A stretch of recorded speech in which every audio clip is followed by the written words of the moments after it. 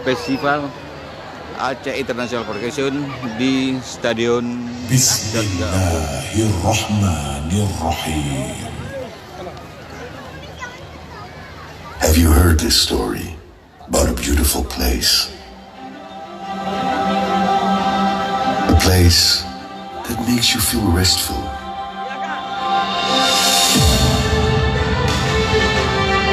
In the midst of people who live in religious harmony. A place that makes you feel home. That makes you curious for more adventure.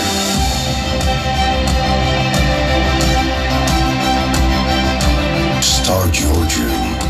Travel to the place where the story unfolds.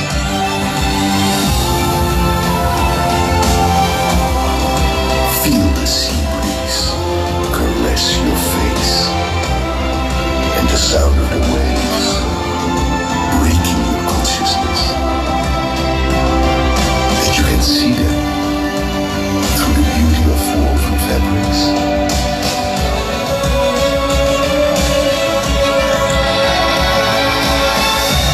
Or smell them through the scent of coffee that wafts in the air. If you've never heard it before, you may now find it intriguing.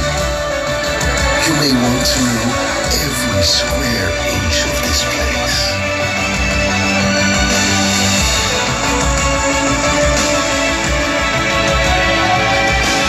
From the beauty of its lands to the depths of its seas.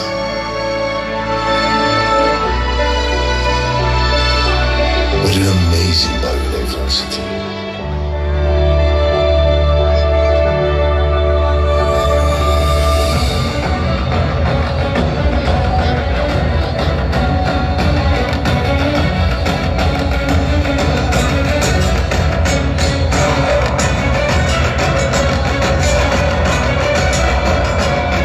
Perhaps you've heard this story about a land which has traditions so diverse.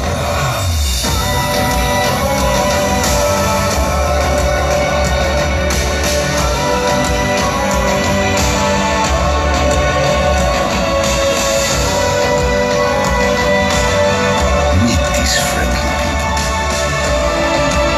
who will welcome you with warmth.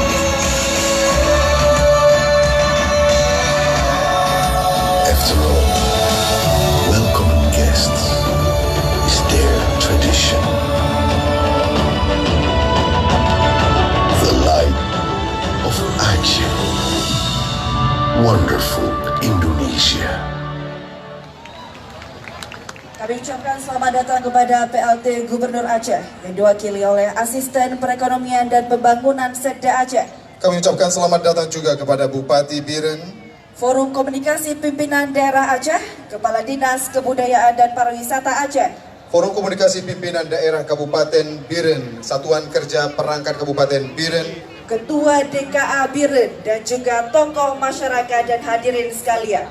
Inilah Aceh Internasional Percussion 2019.